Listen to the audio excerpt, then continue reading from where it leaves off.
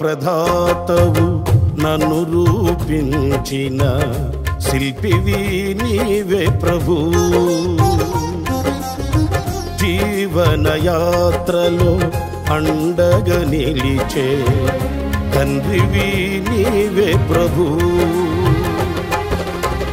జగముల నేలే మహిమాన్వితుడా నాయడ నీ కృపను జాలి హృదయుడా నాపై చూపిన వీడని నీ ప్రేమను ఏమని పాడెదను ఏమని పొగడెదను. జీవ ప్రదాతవు నన్ను రూపించిన శిల్పివి నీవే ప్రభు. జీవనయాత్రలో అండగా నిలిచే తండ్రివి నీవే ప్రభు.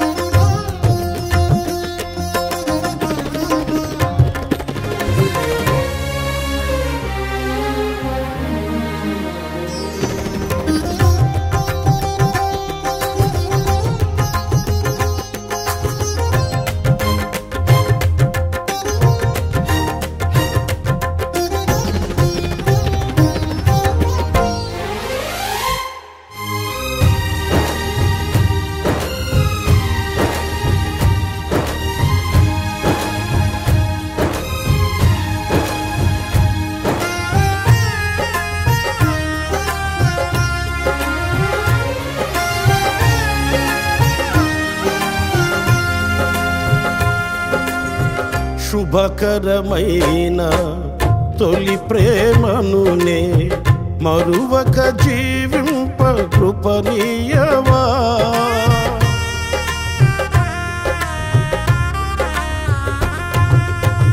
శుభకరమైన తొలి ప్రేమనునే మరువక జీవింప కృపనీయవా. కోవెలలోని కానుకనేనై కోరికలోని వేడుక నీవై జత కలిసి నిలిచి జీవింపదలచి కార్చితివి నీ రుధిరమే. నీ త్యాగ ఫలితం నీ ప్రేమ మధురం నా సొంతమే యేసయ్యా.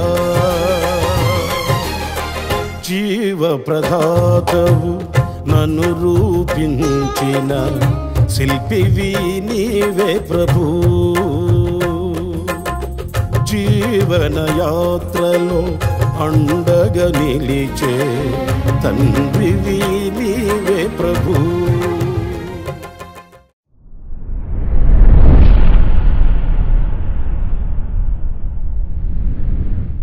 Praise the lord.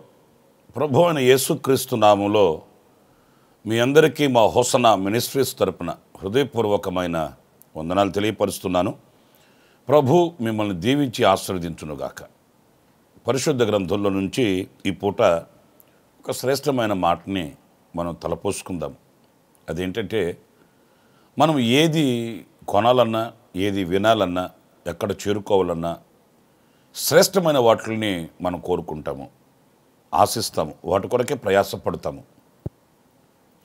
ఆ రీతిగానే దేవుని వాక్యంలో కూడా మనం పరిశుద్ధుడైన పౌలు ఫిలిప్పీయులకు రాస్తూ పత్రిక, ఆ పత్రికలో 1వ అధ్యాయం 9వ వాక్యంలో చక్కటి మాటని ఆయన రాశాడు.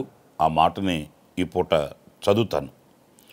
మీరు శ్రేష్టమైన కార్యములను వివేచింపగలవారగుటకు మీ ప్రేమ తెలివితోనూ సకల విధములైన అనుభవ జ్ఞానముతోనూ నిండినదై అంతకంతకు అభివృద్ధి పొందవలెననియు. చూడండి, ఈ వాక్య భాగంలో శ్రేష్టమైన కార్యములను వివేచింపగలవారగుటకు, ఈ రోజున శ్రేష్టమైనవి ఏంటి, అల్పమైనవి ఏంటి, మనం వివేచించగలవారం కావాలి. ఆ రీతిగా మనం వివేచించలేని వారమైతే మనము శ్రేష్టమైన వాటిని వదులుకుంటాము, అల్పమైన వాటిని పొందుకుంటాము. ఈ వివేకము వివేచన ఒక విశ్వాసిగా మనందరికీ ఉండాలండి. లోకస్తులు అన్నిటి కొరకు ప్రాకులాడవచ్చు. ప్రభువుని ఎరుగని వాళ్ళు లోకంలో ఉన్న వాటిని పొందుకోవాలని ఆరాటపడవచ్చు. కానీ మనం అలా కాదు కదా. మనకు లోకం ఏంటి, పరలోకం ఏంటి, దైవత్వం ఏంటి, లోకంలో ఉన్నటువంటి తత్వజ్ఞానం ఎలాంటిది, ఇవన్నీ మనం పరిశీలించే ఆ విజ్ఞానాన్ని లేక వివేచనను ప్రభు మనకిచ్చాడు.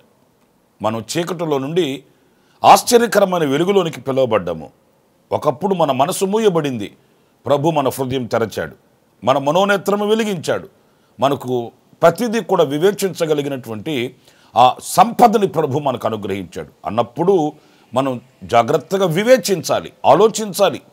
శ్రేష్టమైనవి ఏంటి అని ఆలోచించగలుగుటకు మన ప్రేమ తెలివితోనూ సకల విధములైన జ్ఞానముతో నిండినదే ఉండాలట.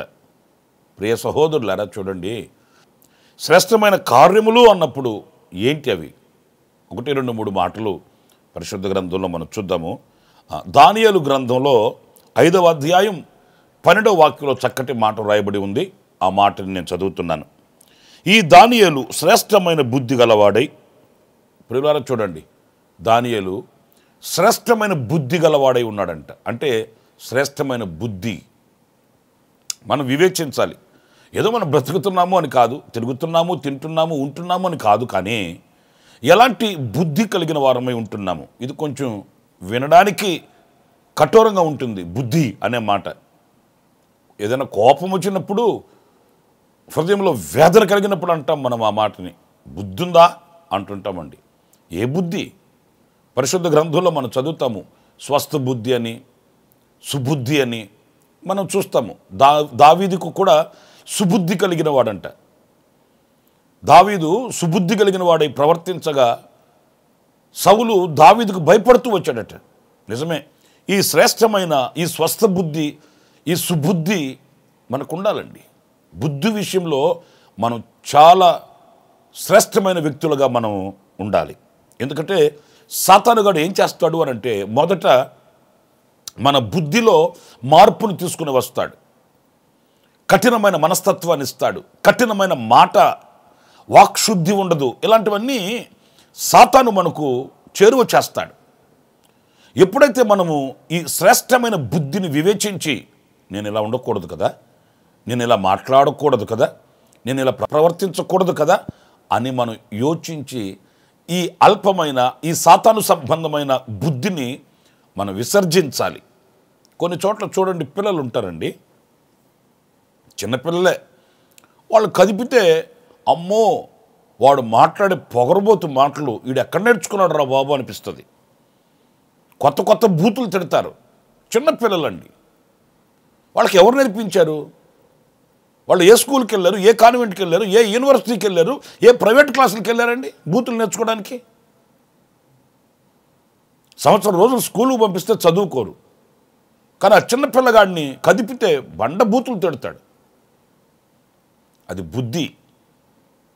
నా ప్రియమైన సహోదరులారా, ఆ బుద్ధిని మనం యేసు క్రీస్తు ద్వారా మనం మలచుకోవచ్చు.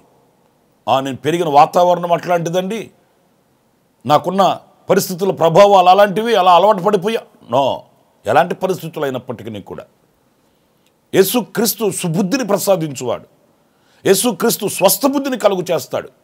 మంచి శ్రేష్టమైన బుద్ధి. చూడండి, బబులోనులో మరి దానియేలు, షడ్రక్, మెషక్, అబేద్నెగోలు వంటి వారు వాళ్ళతో కలిసిపోలేదు, వాళ్ళతో మింగిలైపోలేదు. వాళ్ళలాగా వీళ్ళు మాట్లాడడం, వాళ్ళలాగా వీళ్ళు తినడం, వాళ్ళలాగా వీళ్ళు త్రాగడం, వాళ్ళలాగా వీళ్ళు అన్నిటి కొరకు పరుగులు తీయడం లేనే లేదు. వీళ్ళకంటూ ఒక శ్రేష్టమైన బుద్ధి ఉంది. ఆ శ్రేష్టమైన బుద్ధితో వాళ్ళు దేవునిని ప్రకటించారు, దేవునిని ప్రత్యక్షపరిచారు.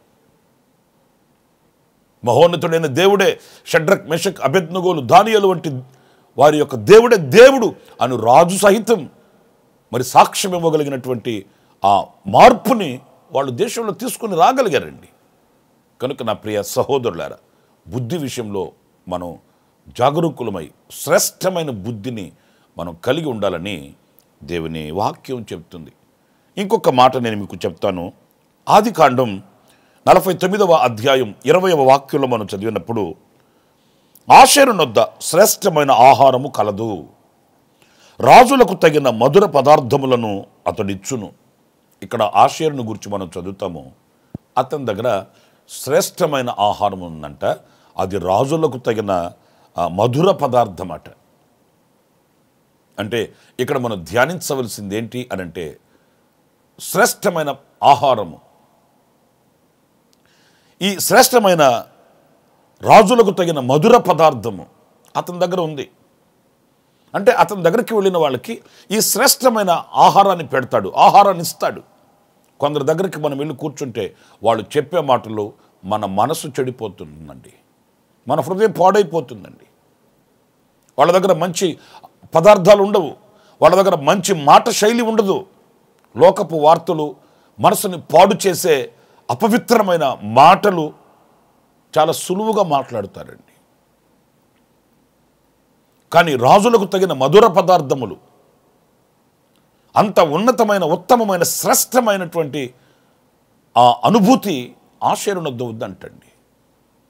నా ప్రియ సహోదరులారా, ఇది లోకం కదా. లోకంలో అన్ని విధాలైన, అన్ని రకాలైన స్వభావాలు కలిగిన వ్యక్తులు మనకు తటస్థిస్తారు. ఎంపిక చేసుకోవడం మన చేతిలో ఉంటుందండి. నేను ఎవరితో స్నేహం చేస్తున్నాను, నేను ఎవరితో కలిసిమెలిసి బ్రతుకుతున్నాను, ఎలాంటి అనుభవాలు కలిగిన వ్యక్తులతో అడుగులు వేస్తున్నాను, ఎలాంటి మాటల్ని ఆస్వాదిస్తున్నాను, ఇవన్నీ మనం ఆచితూచి మనం అడుగులు వేయాలండి. ఆ లోకం కదండి, అందరూ కలిసి ఉంటున్నారు కనుక మనం కూడా కలిసిమెలిసి బ్రతకాలి కదా, కలిసిమెలిసే బ్రతకాలి. కానీ ఎవరితో కలవాలి, ఎవరితో మనం అడుగులు వేయాలి, స్నేహబంధాన్ని ఏర్పరచుకోవాలి, ఎవరి దగ్గర ఎలాంటి అనుభూతి కలుగుతుంది అనేది మనం ఆలోచించుకోవాలి. మరి ఆషేరు లాంటి శ్రేష్టమైన ఆహారం కలిగిన, శ్రేష్టమైన మధుర పదార్థములు కలిగిన వ్యక్తులతో మనం కలిసినప్పుడు వాళ్ళ దగ్గర మనం ఆ శ్రేష్టమైన సంగతులు వినగలుగుతాం. మరి ముఖ్యంగా ఈ రోజుల్లో ఈ సోషల్ మీడియా పెక్కు పెరిగిపోయింది. ఏది వాస్తవమో ఏది అవాస్తవమో గుర్తించట్లేదు. ఏది ప్రకటించాలి, ఏది ప్రకటించకూడదో తెలియట్లేదు. మనసును పాడు చేసే విషయాలు, హృదయాన్ని తొలిచివేసే విషయాలు, ఎదుటి వారిని వేధించి బాధించే విషయాలు, ఎదుటి వారిని అవమానపరిచే మాటలు మన చెవిని పడుతున్నాయి, మన చేతిలో ఉంటున్నాయి. నా ప్రియ సహోదరులారా, మనం జ్ఞాపకం చేసుకోవాలి, నేను ఎలాంటి అనుభవాల్లో ఉన్నాను. నేను మంచిని పంచే విషయంలో నేను ఎంపిక చేయబడ్డానా, లేక చెడుని విత్తుతూ అనేకుల హృదయాలను చెడుపుతూ. ఈ రోజున ఏదైనా ఒక సందేశం మన సెల్ ఫోన్కి వచ్చిందంటే అబ్బో ఎంత ఉబలాట. కొంతమందికి 10 మందికి షేర్ చేసి ఆ చెడుని 10 మందికి చెప్పి వాళ్ళ హృదయాలు పాడు చేయడానికి అబ్బో ఎంత సిన్సియర్గా వర్క్ చేస్తామో. అదే ఒక మంచి చెప్పండి, దేవుని వాక్యం పంపండి, దేవుని వాక్యాన్ని ప్రకటించండి, వాటికి అంత ఆసక్తిని కనపరచరు. నా ప్రియమైన దేవుని బిడ్డలారా, మన ద్వారా 10 మంది బాగుపడాలి, మన ద్వారా 10 మంది రక్షింపబడాలి, 10 మంది ఆనందించగలగాలి. కనుక శ్రేష్టమైన మధుర పదార్థములు కలిగిన ఆషేరు వంటి వారు మనం కావాలండి. అంతేగాని మన దగ్గరకు చేరిందంతా అనేకులకు చారవేసి అపవిత్రత పెక్కు పెరగడానికి మనం సహకరించకూడదు అన్నది దేవుని వాక్యాన్ని బట్టి నేను మీకు విన్నపించుకుంటున్నానండి. సోషల్ మీడియా పెరిగిన తర్వాత మనసు పాడవడానికి సులువైన పద్ధతులు కొందరు పనిగట్టుకొని ఉంటారండి. వాళ్ళను గురించి వీళ్ళని గురించి విమర్శనాత్మకంగా మాట్లాడడానికే పనిగట్టుకొని ఉంటారు. కానీ దేవుని మాటలు చెప్పడానికి వాళ్ళకి ఆసక్తి ఉండదండి. కనుక నా ప్రియ సహోదరులారా, ఆషేరు రాజులకు తగిన మధుర పదార్థాలు, అంటే అంత ఉన్నతమైనటువంటి అనుభూతి అతని దగ్గర ఉంది. అది శ్రేష్టమైనదని వాక్యం చెప్తుంది. కనుక మనం మాట్లాడే మాటైనా, మనం వినే ప్రతి మాటైనా అది పరిశుద్ధమైనదై, పవిత్రమైనదై, మధురమైన అనుభూతిని కలిగించేదిగా ఉండాలని ఈ వాక్యం మనకు సెలవిస్తుంది. ఇంకొక మాట కూడా నేను మీకు జ్ఞాపకం చేస్తాను. కీర్తనల గ్రంథం 16వ కీర్తన 6వ చరణాన్ని చదువుతున్నానండి. మనోహర స్థలములలో నాకు పాలు ప్రాప్తించెను, శ్రేష్టమైన స్వాస్థ్యం నాకు కలిగెను. ప్రియులారా చూడండి, కీర్తనకారుడు ఎంత ఉన్నతమైన శ్రేష్టమైన మాట చెప్తున్నాడు. శ్రేష్టమైన స్వాస్థ్యము నాకు కలిగెను. అవును, దేవుడు మనకు అనుగ్రహించే స్వాస్థ్యం ఎలాంటిది అనంటే ఈ లోకంలో మనకు సంపాదించుకున్న వాటి వంటివి కాదు. అది శ్రేష్టమైనది, నిరంతరం ఉండేది, శాశ్వతమైనది. మన ప్రభువు అయిన యేసుక్రీస్తు చెప్పాడు, నేను వెళుతున్నాను తండ్రి దగ్గరికి, నేను ఆదరణకర్తను మీ వద్దకు పంపిస్తాను అని చెప్తూ, నేను వెళ్ళి మీ కొరకు స్థలం సిద్ధపరిచి నేను మరలా వస్తాను, నేనుండు స్థలంలో మీరును ఉండులాగున మిమ్మల్ని తీసుకుని వెళ్తాను అన్నాడు మనల్ని. అవును, మన కొరకు స్థలం సిద్ధపరిచి వస్తాడు. అది శ్రేష్టమైన స్వాస్థ్యము, పరిశుద్ధుల స్వాస్థ్యము, తేజోవాసుల స్వాస్థ్యం. అది ఎంత శ్రేష్టమైనదో. ఈ లోకంలో ఉన్నవన్నీ ఒక రోజున పంచవేంద్రములు లయమైపోతాయండి, చాప వలె చుట్టబడిపోతాయి. సూర్యుడైనా చంద్రుడైనా నక్షత్రాలైనా ఇవన్నీ కూడా ఒక రోజున ఆరిపోయిన దీపంలాగా మారిపోతాయి. కానీ శ్రేష్టమైన స్వాస్థ్యం ఒకటి ఉంది, యుగాయుగములు నిలిచే స్వాస్థ్యం, దైవరాజ్యం. ఈ శ్రేష్టమైన స్వాస్థ్యాన్ని ప్రభు మన కొరకు దాచి ఉంచి ఉన్నాడట. దేని కొరకు మనం సిద్ధపడదాం? ఈ లోకంలో సంపాదించుకోవడానికి, ఈ లోకంలో ఉండడానికి, ఈ లోకంలో ఉన్న వాటిని అందుకోవడానికి సిద్ధపడదామా, లేక ఈ శ్రేష్టమైన వాటిని పొందుకోవడానికి ఆసక్తి కలిగిన వారమే ముందుకు వెళదామా? ఈ లోకంలో మనం కొన్నాళ్లే ఉంటాము, ఈ లోకంలో కొంతకాలమే మనం బ్రతుకుతాము. యుగాయుగములో మనం దేవునితో ఉండబోతున్నాము. ఆ దేవునితో ఉండే ఆ స్వాస్థ్యం ఈ లోకంలో ఉండగానే మనం సిద్ధపరచుకోవాలి. అందుకే రక్షణ పొందాలి, బాప్తిసం పొందాలి, పరిశుద్ధాత్మను పొందాలి, క్రీస్తులో ఆధ్యాత్మికమైన వృద్ధి కలగాలి, అంచెలంచెలుగా ఎదిగి అందరి కృపలో దాచబడాలి. ఇవన్నీ మన మీద ఉన్న గురుతర బాధ్యతలండి. ఏదో ఒక వాక్యం చదువుకుంటున్నాను అని మాత్రమే కాదు, మందిరానికి వెళుతున్నానని మాత్రమే కాదు. ఎదగాలి, వర్ధిల్లాలి, మనం పరిమళించాలి, ఫలములు కలిగిన వారు కావాలి, మనం అనేకులకు మార్గదర్శకం కావాలి. మనము మనతో అనేకులు కలిసి ఆ శ్రేష్టమైన స్వాస్థ్యములో మనము నిలవాలి. కనుక దానిని సంపాదించుకోవడానికి మనం ప్రయాసపడాలి.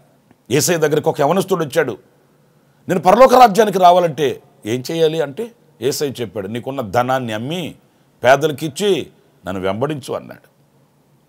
ఎందుకని అంటే ఈ లోక సంబంధమైన ధనాన్ని కూర్చుకున్నాడే, కానీ ఆయన పరలోక సంబంధమైన ధనం లేదు, దాని మీద దృష్టి లేదు. అందుకే ప్రభు అన్నాడు, ఇది విడిచిపెట్టు, అది నీకు కలుగుతుంది అన్నాడు. అంటే అర్థం ఏంటంటే ఈ లోకంలో ఉన్న వాటిని లోకంలో ఉన్న వాటిగానే చూడాలి మనం. అవే పెద్ద శ్రేష్టమైనవిగా. కొంతమంది చూడండి, వాళ్ళ ఇల్లే వాళ్ళకి స్వర్గం, వాళ్ళ పిల్లలే వాళ్ళకి స్వర్గం, వాళ్ళ ఉద్యోగాలే వాళ్ళకి స్వర్గం, వాళ్ళ కులాలు మతాలు వర్గాలే వాళ్ళకి స్వర్గం, అదే అనుకుంటారండి. కానీ ఇవన్నీ విడిచిపెట్టబడేవే, వదులుకోవలసినవే. శ్రేష్టమైన స్వాస్థ్యం ఒకటి ఉంది, ఆ స్వాస్థ్యాన్ని పొందుకోవాలని ఎదురు చూడాలి. మన పితరులైన అబ్రహాము కూడా చూడండి, పాలు తేనెలు ప్రవహించు దేశం, ఎంత సంపన్నమైన దేశమో, సౌభాగ్యమైన దేశం. కానీ ఆయన ఆ దేశంలో పరవాసిగా బ్రతికాడట. ఎందుకయ్యా అంటే దేవుడు దేనికి శిల్పియు నిర్మాణకుడై ఉన్నాడో ఆ పునాదులు కలిగిన పట్టణం నాకు కావాలి, అది నాకు శ్రేష్టమైన స్వాస్థ్యము. అక్కడ చేరుకోవడానికి ఇవి ఏవి నాకు అవసరం లేదు అన్నట్లుగా తగుమాత్రం అనుభవిస్తూ విశ్వాస వీరుడయ్యాడు. ఆయన కోరిన రేవుకి ఆయన వెళ్ళిపోయాడు.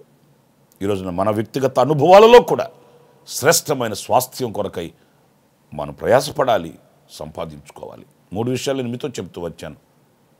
శ్రేష్టమైన బుద్ధి, శ్రేష్టమైన ఆహారము, శ్రేష్టమైన స్వాస్థ్యము. ఈ శ్రేష్టమైన వాటిని వివేచింపగలవారు మగుటకు మన ప్రేమ తెలివితోనూ జ్ఞానంతో నిండి ఉండాలని దైవజనుడైన పౌలు హెచ్చరిస్తున్నాడు. అలాంటి కృప మనందరికీ కలుగుగాక. ప్రార్థన. ఆశ్చర్యకరుడు అయిన తండ్రి, జీవాధిపతి అయిన ప్రభువా, మీకు వందనాలు. నైనా శ్రేష్టమైనవేంటి, అల్పమైనవేంటి వివేచించి యోచించి నడవడానికి మాకు మంచి అనుభవ జ్ఞానాన్ని మీరు మాకు ప్రసాదించండి, చేపట్టి నడిపించండి, మా అడుగులు స్థిరపరచండి, వివేకంతో నడవడానికి కృపను అనుగ్రహించమని నన్ను మమ్మల్ని మీ చేతులు సమర్పించుకుంటూ ఈ మాటలతో ఈ ప్రార్థనలో ఏకీభవించిన ఒక్కొక్కరిని ఆశీర్వదించి దీవించి ఆ రీతిగా మీరు నడిపించమని యేసు నామములో ప్రార్థించి వేడుకొనుచున్నాను తండ్రి, ఆమెన్. ఆమెన్. ప్రభు కృప ఈ దినమంతా మీకు తోడై ఉండుగాక. ఆమెన్. ప్రతిదినము ఈ అనుదిన కృపాను సందేశముల కొరకు, ఇంకా మరిన్ని ఆత్మ సంబంధమైన సందేశాల కొరకు ఈ మా యూట్యూబ్ ఛానల్ ను సబ్స్క్రైబ్ చేసుకోండి. Pastor Ramesh hosanna ministries.